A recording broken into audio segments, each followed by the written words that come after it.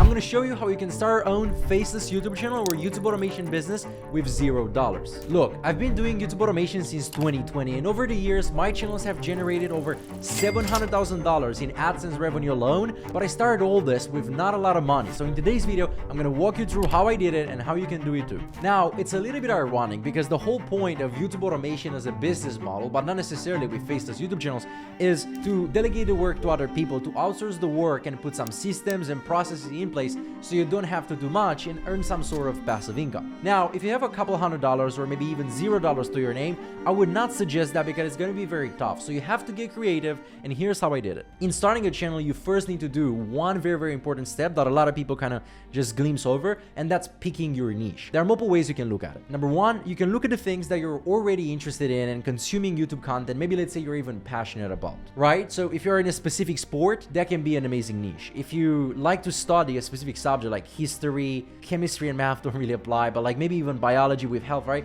Look at what are your areas in your life that you have an inclination towards, and then you want to do the research and see if those are good niches. The way you do that is you search for competitors. If you have competitors, big and small, meaning under 100,000 subscribers and over a couple 100,000 subscribers that are actively posting and actively getting views, that's most likely a good niche, right? In big lines. So that's one way to look at it. Look at the things that you're already interested in, already passionate in, or in my case, it was the videos that I was already watching on YouTube. So because I was in this whole make money online space and I wanted to make money myself, I realized, what if I would make those videos as my niche, as my way of making money? Because I realized that's what the guys who were making these type of videos back in the day were doing. I was like, hey, they're doing these videos to make money and I'm watching them to make money. Why don't I do the same thing that they do? Number two, it can be something you have a little bit of experience with. And experience is different than passion or interest because this implies that you've done that thing before, or at least you've done extensive research on the thing before, right? So for example, if you started into crypto, maybe it worked, maybe it didn't, but if you know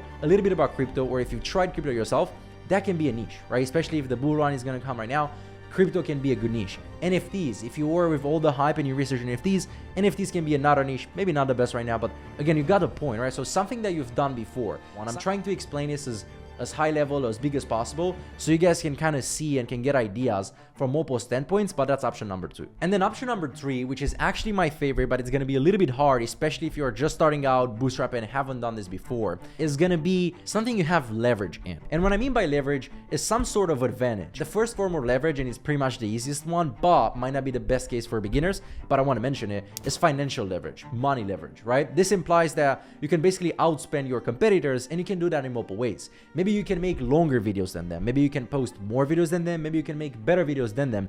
And if you decide to outsource the content creation process, that will take you money, right? So with that being said, if you look in a niche, you see the quality is pretty low, or they're not posting as much, or the videos are pretty short, and saying, I have more money than this guy, this might be a good idea. But here again, if you don't have experience, you want to be careful because you don't want to burn money. Now, number two, the second form of leverage that you can have is information leverage, right? Like I was telling you before, if you think you know more than everybody else, or like most of the population, most of the masses, most of the people in your category about a specific subject, if you've been playing tennis for the last 10 years, for the last 5 years, you know more. You have information leverage when it comes to tennis than pretty much the rest of us. If both you and I start a tennis channel and you've been playing tennis, you've been documenting, you've been reading, you've been researching tennis for the last 5 or 10 years, you have information leverage when it comes to tennis over me, which can be used to your advantage. And then number three, which is also interesting and it's somehow similar to money, but not really, is talent leverage, right? Whether you have a talent, or you know somebody who has a talent, or you know multiple people who have a talent, and you can put together a better team, or you can do better videos than everybody else. Let me give you an example. When we start a traditional normal channel, you just go and you look for people with a little bit of experience and you get them together to do the stuff for you, right? Again, they write scripts, they do the voiceover, they do the editing, and they do the thumbnail. Now, if you've been a graphic designer for the last couple of years, or if you've been an editor for the last couple of years, that's huge leverage that you have right there. Or even research. If you're very passionate about learning a specific subject, or you're very good at school and you know how to do research for projects and things and that, you can spend more time and you can be more efficient when doing research than most of the people. That's talent leverage right there, and you can use that to your advantage. Again, this is a little bit more subjective depending on the person, but I just want you to know there are multiple ways you can get started and you can use those things in your advantage.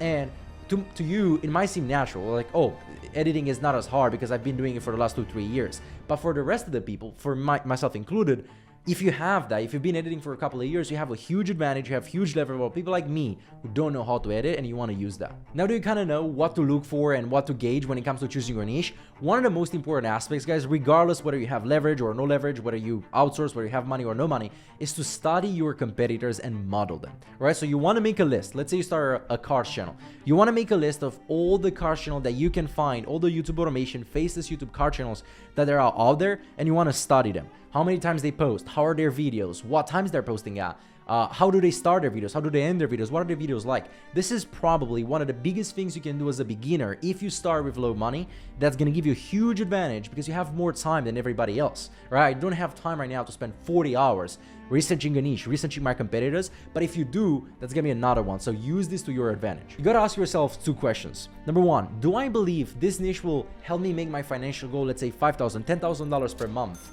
Is it possible, right? Are there enough views? Are there enough people? Are there enough competitors making it, right? That's how you answer. You want to ask, okay, is this niche a $10,000 per month niche or $20,000, $30,000, $40,000? And the way you do that, you look at the other competitors that are out there and you want to reverse engineer how many views they get and how much money they make. And number 2, the second question that you want to ask, and even more important, depending on your goals, of course, is can this niche make my financial goal, so let's say $10,000, for 1, 2, 3, 4, 5 years? Now that we've picked our niche, it's time to start our channel, and this is going to be a massive win and it's going to be easy to get. First thing you want to do once you got your niche, you got to go to namelinks.com and search your niche, right? So search for different name variations and just choose a name.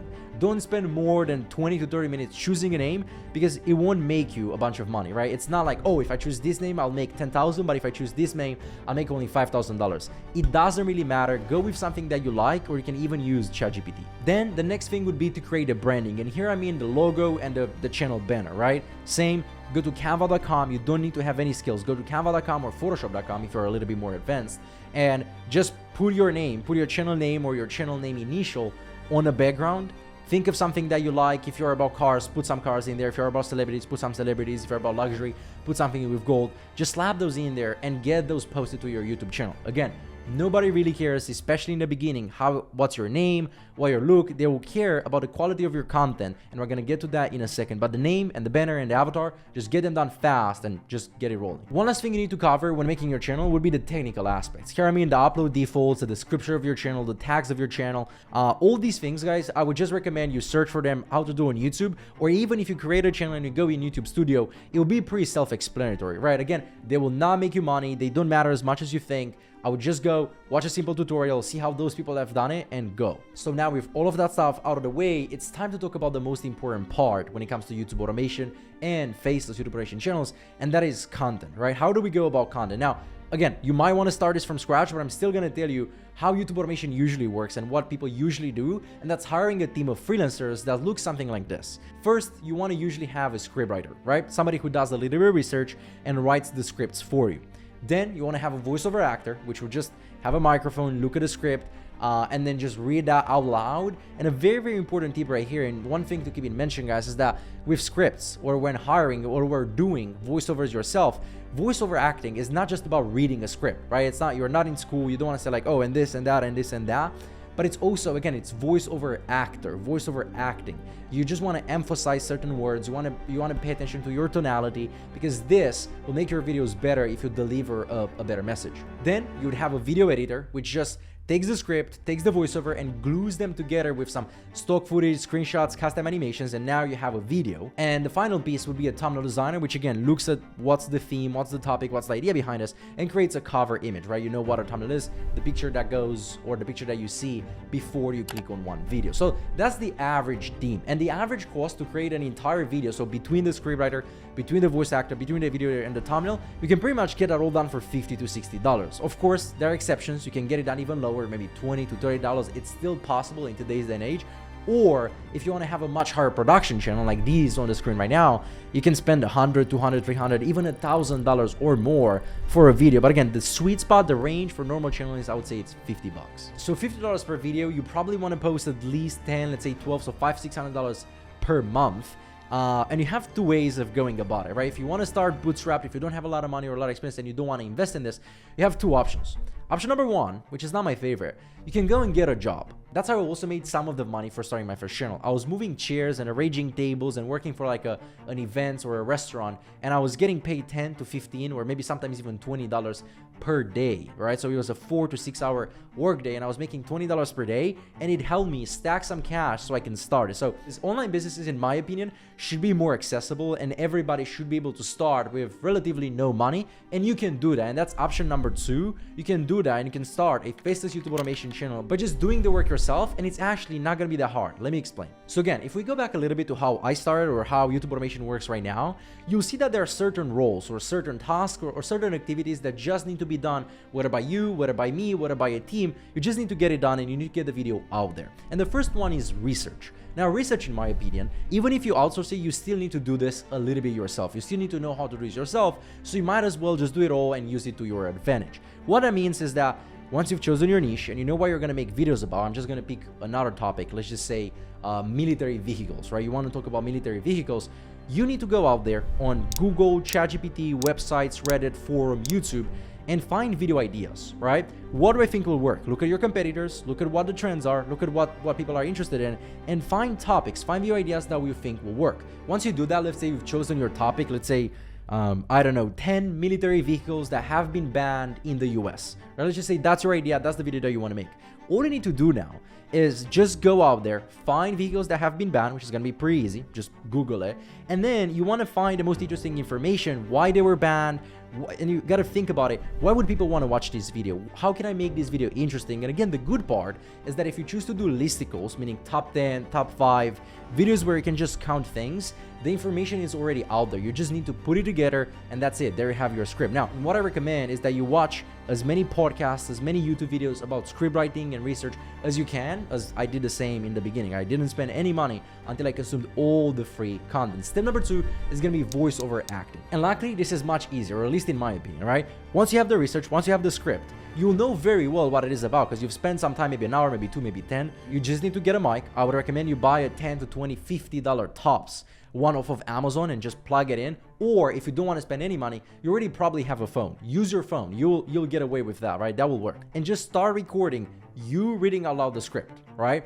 Don't worry about your voice. Don't worry about your accent. Just get the videos done. This is one of the easiest pieces, right? So by now, you should be able to write your scripts and do the voiceovers. The next step would be to put them together using video editing. This one can be a little bit tricky because you can go very, very in-depth. You can get very specific. But if you choose your niche well, and if you choose a beginner-friendly niche, you won't need to get like crazy effects and crazy that, because remember, at the end of the day, it's about making people watch those videos, and it's spending like hours and hours and hours and hours on creating like crazy animations, fire effects, this 3D stuff.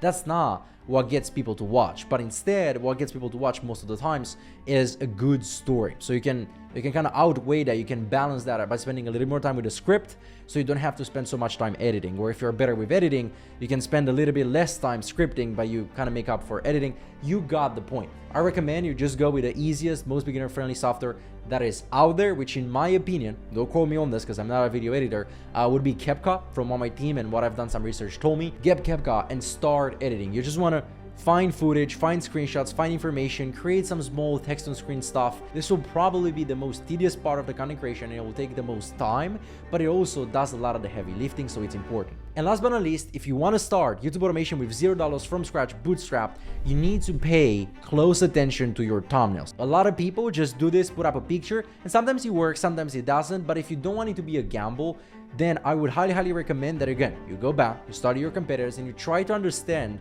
more than anything, why would people click on a certain thumbnail? Look at as many thumbnails as possible and ask yourself, what's the point that you're trying to make? What's a little bit of clickbait, but it's still true in the video? What's the most interesting part that you want to push to the front? Why do people want to click on this video? Between the title and the thumbnail, there's a magic combination right there that if you nail, you don't need to be an expert in Photoshop or even Canva or like an expert designer. You just need to understand what makes people click, what people want to watch, and that will allow you to give views. So guys, I'll do a quick recap. By now, you know in big lines how to do the research and how to put together a script, how to do the voiceover, how to do the editing, and how to do the thumbnail. The next step is just taking this and start uploading videos to YouTube. Now, titles are very important, but to anything else, I wouldn't spend more than 5 to 10 minutes per video optimizing, at least in the beginning stages of your journey. So focus 99% of your time into the title and then 1% of your time into the tags, and start uploading videos. The biggest key on YouTube is consistency, not perfection. So try to get as many videos as possible out there and try to improve with every single video, and eventually it will pay off. Good luck to you.